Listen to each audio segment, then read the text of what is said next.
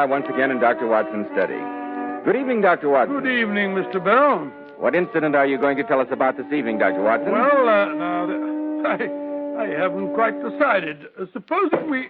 What was that? Oh, the fire. Top logs has fallen off. Where did I put that poker? Oh, here it is. There we go. Ah, that's better.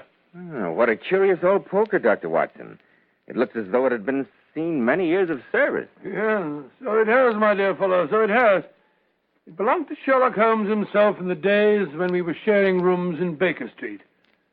You know that I think I could do no better than to tell you the particular incident that poker recalls to my mind. Well, please do.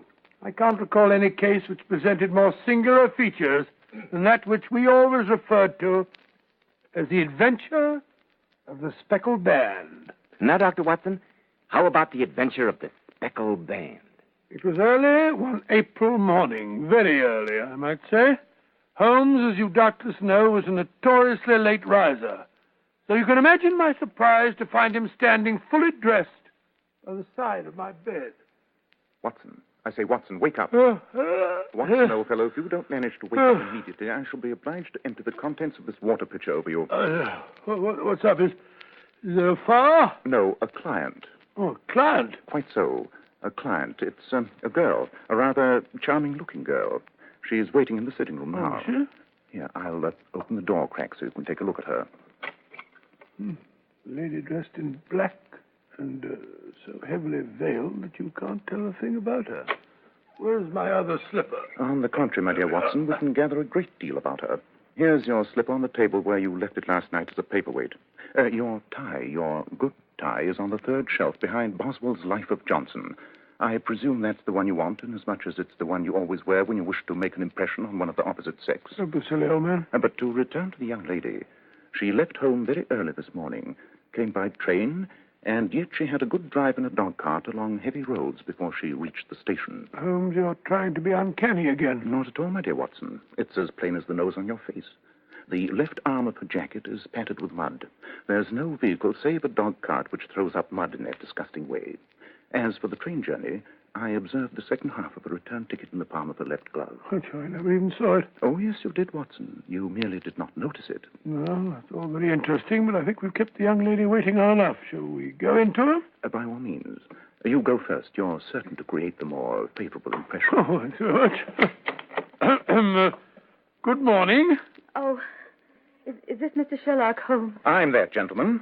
This is my intimate friend and associate, Dr. Watson. How do you do? You may speak freely before him. Oh, I see. Won't you sit down by the fire? I observe that you're shivering. No, thank you. It's not the cold that makes me shiver. Oh? What then? This fear, Mr. Holmes. This terror. I can stand this strain no longer. I had to come to you. I shall be happy, madam, to devote myself to your case if you'll just lay before us everything that may help us in forming an opinion on the matter. My name is Helen Stoner. I'm living with my stepfather, who is the last survivor of the Roylotts of Stoke Moran, an old Saxon family. Oh, I say, Holmes, I heard of him. He's a doctor, isn't he? Went out to Calcutta. Yes, that is my stepfather. Oh. While in India, he married my mother, the young widow of Major General Stoner. My sister Julia and I were twins. We were only 2 at the time of the marriage. You were brought up in India, then? No. Dr. Roylott was forced to return to this country due to a scandal. Scandal? Oh, right. Watson, don't interrupt. Oh, what scandal was it? Shortly after that, my mother died, leaving about £2,000 a year to Dr. Roylott as long as we, my sister and I, resided with him. However, in the event of our marriage, we were to receive $550 a year apiece. And did either of you marry? No. As a matter of fact, after Mother's death, a terrible change came over Dr. Roylott. He quarreled violently with everyone in the neighborhood, so that we were left almost entirely to ourselves. His only friends are a band of wandering gypsies whom he permits to encamp on the property from time to time. He also has a passion for Indian animals. Extraordinary. At this moment, he owns a cheetah and a baboon. Not very cheerful surroundings for 2 young women. Oh, one gets used to things. The only person we were allowed to visit was a sister of Mother's. While Julia was there, she met the man to whom she became engaged. I see, and of course your stepfather objected violently. No, surprisingly enough, he did not. Oh? He offered no objections whatever to the marriage. But I thought that you said that neither of you had ever married. So I did, Dr. Watson. Julia did not marry because within a fortnight of the day which had been fixed for the wedding, she died. Died? Yes, Mr. Holmes. Under the most horrible circumstances. Can you describe this unfortunate event in detail? Oh, yes, Mr. Holmes. Every second of that dread time is seared in my memory. The bedrooms at Stoke Moran are on the ground floor. They open off a common passage. Of these bedrooms, the first is Dr. Roylett's, the second my sister's, and the third my own. I see. There's no communication between them. Do I make myself clear? Perfectly so. The windows of the 3 rooms open out on the lawn. The fatal night, we'd all gone to our rooms early, having carefully locked our bedroom doors on account of the cheetah and a baboon, which were allowed to wander about at will. Suddenly, as I was about to blow out my light, I heard Julia knocking at my door.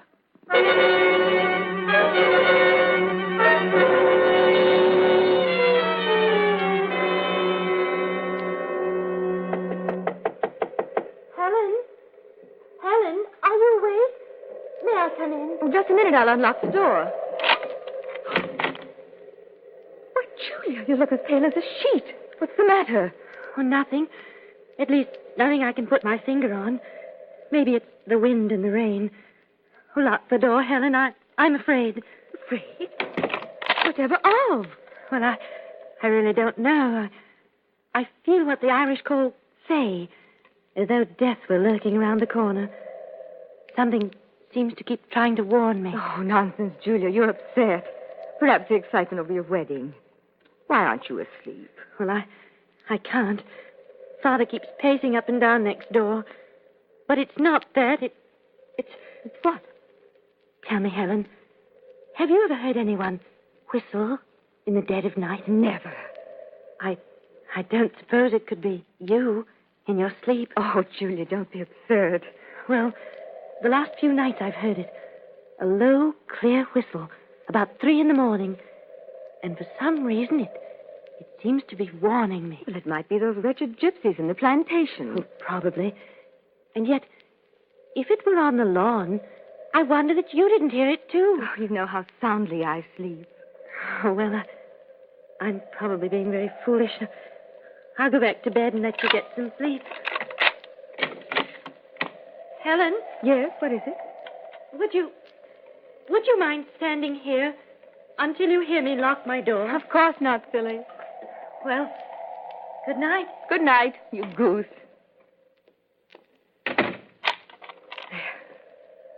Gracious, she's getting jumpy. She'll be glad when she's safely married. Listen to that wind.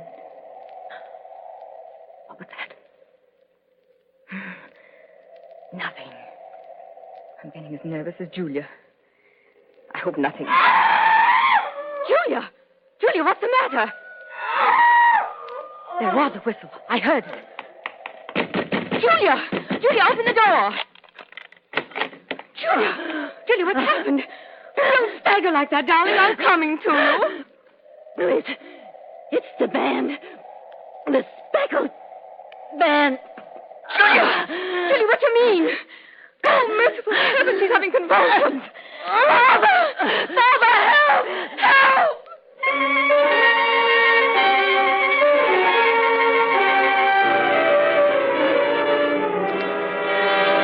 And what was found in your sister's room? That's the strange part.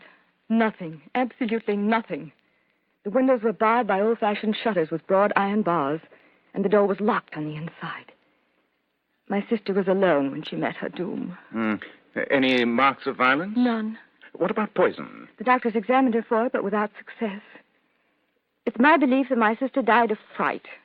Pure fright. When did all this happen? About 2 years ago. And why do you come to me at this late date? Well, I myself am expecting to be married shortly to a man I've known for many years. 2 days ago, some repairs were started in the west wing of the building, so that I'd been forced to move into the room where my sister died. To sleep in the very bed in which she slept. Imagine, then, my thrill of terror when last night, as I lay awake thinking over her terrible fate, I suddenly heard the low whistle which heralded her death. Good gracious me. Quiet, Watson. I jumped up, lit the light, but could find nothing. I came straight to you as soon as it was daylight. If we were to come down to Stoke Moran today, would it be possible to look over these rooms without the knowledge of your stepfather? He spoke of coming into town today on some important business. It's probable that he will be away all day. Excellent. You may expect us then, sometime this afternoon, if that is convenient. Oh, yes. Oh, thank you so very much. I shall look forward to seeing you again this afternoon. Goodbye, Jack. Goodbye. Well, my dear Holmes, what do you think of it all? What do you make of the sister's dying words, the speckled band? It may merely have been the effect of delirium.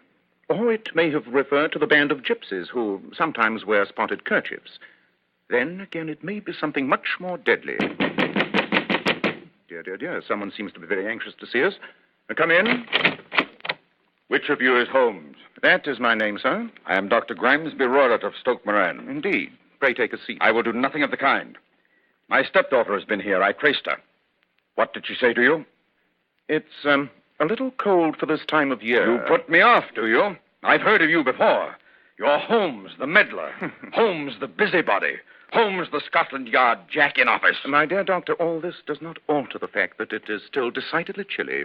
I seem to feel a draught. Would you mind closing the door from the outside? I will go when I've had my say. Don't meddle with my affairs. You'll find I'm a dangerous man to fall foul of. Look here. Look out, Holmes. He's got the poker. Watch this. Say, Holmes, he's bent our poker almost double. My dear fellow, give me that poker. I really can't allow you, sir, to go around breaking up our little household, even if you are a good 40 pounds heavier than I am.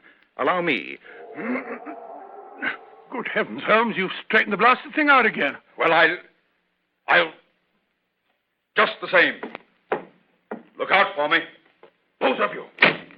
Charming fellow. Quite. And now, Watson, breakfast.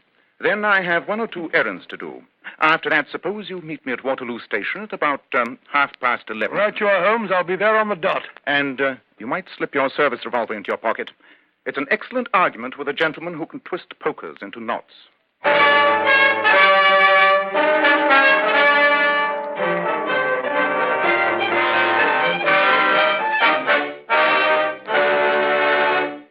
Now, Dr. Watson, you were to meet Sherlock Holmes at Waterloo Station. Is that right? Quite right, Mr. Bell.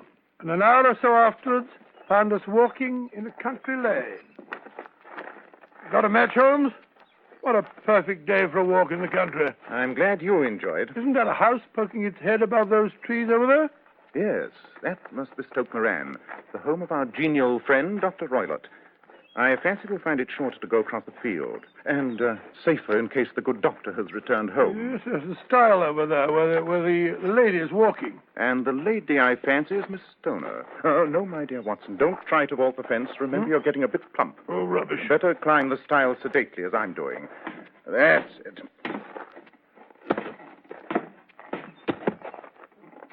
Good afternoon, Miss Stoner. You see, we've been as good as our word. I've been waiting so eagerly for you. Everything has turned out splendidly. Dr. Roylott has gone to town, and I don't expect him back before evening. We had the pleasure of making the good doctor's acquaintance. Good heavens, he follows me? What will he say when he returns? You must lock yourself in your room tonight. If he is violent, we shall take you to your aunt's at Harrow. Don't you think we'd better be getting on with our business before that appalling fellow comes crashing home? Quite. Handsome old house. I see you're doing some repairs. Yes. This is the wall of my own room that they're working on. Quite. By the way, this wall seems to be in pretty good condition. And this, the center room, was your sister's, I take it? Yes. I'm sleeping there for the present. We can enter it by way of the French window. First of all, if you'll be good enough to go inside and lower the iron shutter, I'd like to see just how impregnable it is. Oh, certainly, Mr. Holmes. Just a moment. Yes. It seems to be quite impassable. You may raise it again. May we come in? Please do. This is the room, just as she used to have it. Chest of drawers, bed, dressing table, 2 wicker chairs. Nothing very extraordinary, huh? Wait a minute. I say the bed's nailed to the floor. It's immovable. I never noticed that. The long cord. It's a bell pull, isn't it? Well, yes. What does it communicate with? The housekeeper's room, but I don't think my sister ever used it. It seems newer than the other things. Yes, it was put up about 2 years ago. Do you mind if I give it a pull? Certainly not. As I thought. It's a dummy. Dummy? You mean that it won't ring? No, Watson, it definitely won't ring. It's not even attached to a wire. Very interesting. It seems to be securely fastened just above the opening of that little ventilator. Oh, that ventilator was built several years ago, too. It goes into Father's room. I see. Suppose we take a peek at the doctor's room. Certainly. Come this way. I wish you'd hurry, Holmes. I'm getting a bit jumpy. What if the doctor should decide to come home? This is my father's room. Nothing very exciting in here, just the usual man's bedroom, except for the safe. You don't by any chance know what he keeps in there, do you, Miss Stoner? Oh, business papers, I think. I've only seen the inside of it once, and that was some years ago. There isn't a cat in it by any chance. No. What a strange idea. Well, look at the saucer of milk. No, we don't keep a cat. But, of course, there's a cheetah and the baboon. I say, Holmes, look here at this vicious-looking little whip. Yes, I noticed that. The interesting point is that it is curled upon itself and tied so as to make a small noose of whipcord. Hello? What's that? I thought I heard a carriage. Yes, by Jove. Must be the doctor coming home. Go, please. Quickly, before he finds you here. First of all, promise to do as I tell you. Your life may depend on it. I'll do whatever you say. Dr. Watson and I must spend the night in your room. Mr. Let Holmes. me explain. We will hide at the lower end of the meadow. We can see your window from there. You must lock yourself in on pretense of a headache. When you hear your father retire to his room for the night, open the shutters of your window. Put your lamp there as a signal to us, and then withdraw into the room you used to occupy. The rest you must leave in our hands. Yes, I will. Only please go now. No, not that way. Here, through the window.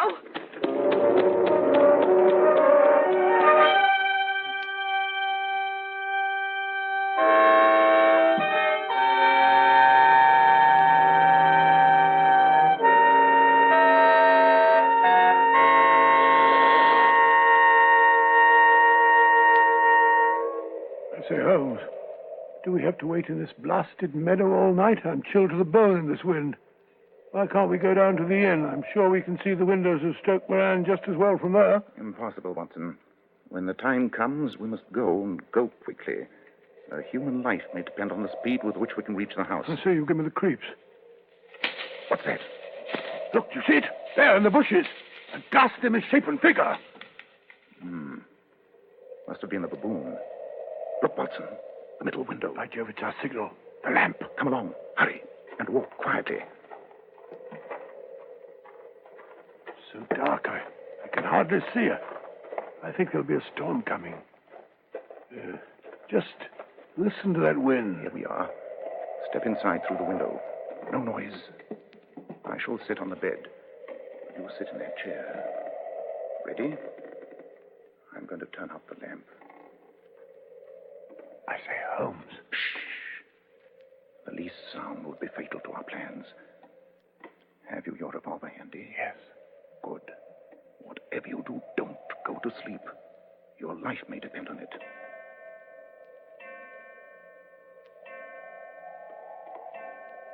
$11:00. Yes. We're in for a long and dreadful vigil.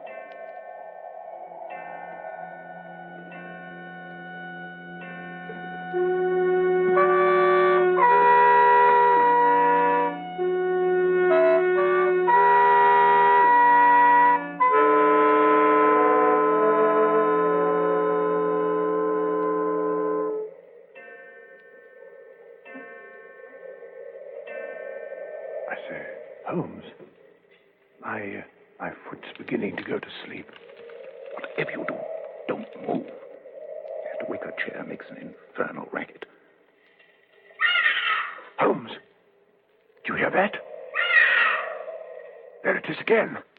You don't suppose this place is haunted, do you? That, I fancy, is the cheetah. Look, Watson. The ventilator. A gleam of light. Now it's gone again. Wait. Things are beginning to move. Quiet now. What's that? Quick! Strike a match! Strike a match, Watson! There it is, the filthy thing. There! Take that! And that! Holmes, what is it? For the love of heaven, why are you slashing at that bell pull with your whip? You saw it, Watson? You saw it? Aha, my friend. Too late. Ah, how ghastly, how perfectly vile. No!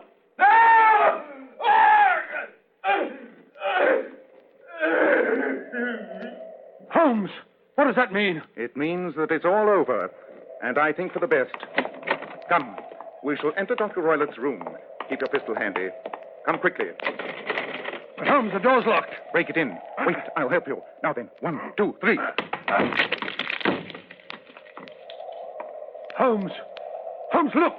On the floor, the doctor. He's dead. Good heavens. What a ghastly look on his face. As I expected. Do you see that? The band round his forehead? That, Watson, is the speckled band. Great thunder, it's moving. It's a snake. Yes, a swamp adder. The deadliest snake in India. The doctor died within 10 seconds of being bitten. Here, hand me that dog whip with a noose. Look out, Watson, don't go near. That's better. Hey, what are you going to do? The noose goes over the reptile's head, so. And we lift it into the safe, so, and close the door. Ugh. I think I'm going to be sick. No wonder. The doctor's thrust his little playfellow through that ventilator for the last time, I fancy. But look here, Holmes, I still don't quite understand. It's all quite simple, my dear Watson, amazingly simple. Our good doctor made use of the reptile to remove his stepdaughter when she threatened to get married and deprive him of her income. That snake has been living in the safe for some time, I imagine. The saucer of milk was its daily ration. Yes, but how did he succeed? I mean, by what method? Look at that chair. He must have been standing on that chair. Notice the heel marks, Watson. He thrust the slimy thing through the ventilator into the next room, being careful not to touch it with his hands, but to use the whip, as you saw me do. It was the noose on the lash of the whip that convinced me this afternoon that we were on the right track. I see. That was why the bell pull was attached to the ventilator in the other room, so that the snake could crawl down. Exactly. And that was why the bed was nailed within reach of the bell pull. Oh, the filthy beast. The first attempt was not successful in the case of either sister. The doctor, fearing this might happen, had trained the adder to return when he whistled, so that he could try again. And then it must have been his whistle we heard when you began slashing at the bell pull. Quite, my dear Watson. When he heard us, he wanted to recall it. But it was too late. The reptile had already thrust its venomous head through the ventilator when I began to slash at it. The snake turned back so enraged that it attacked the first thing it came in contact with, which, by mere coincidence, happened to be its master. But look here, Holmes. Doesn't that make you indirectly responsible for the death of Dr. Roylett? Possibly, my dear Watson, possibly. But I cannot say that it is likely to weigh very heavily upon my conscience.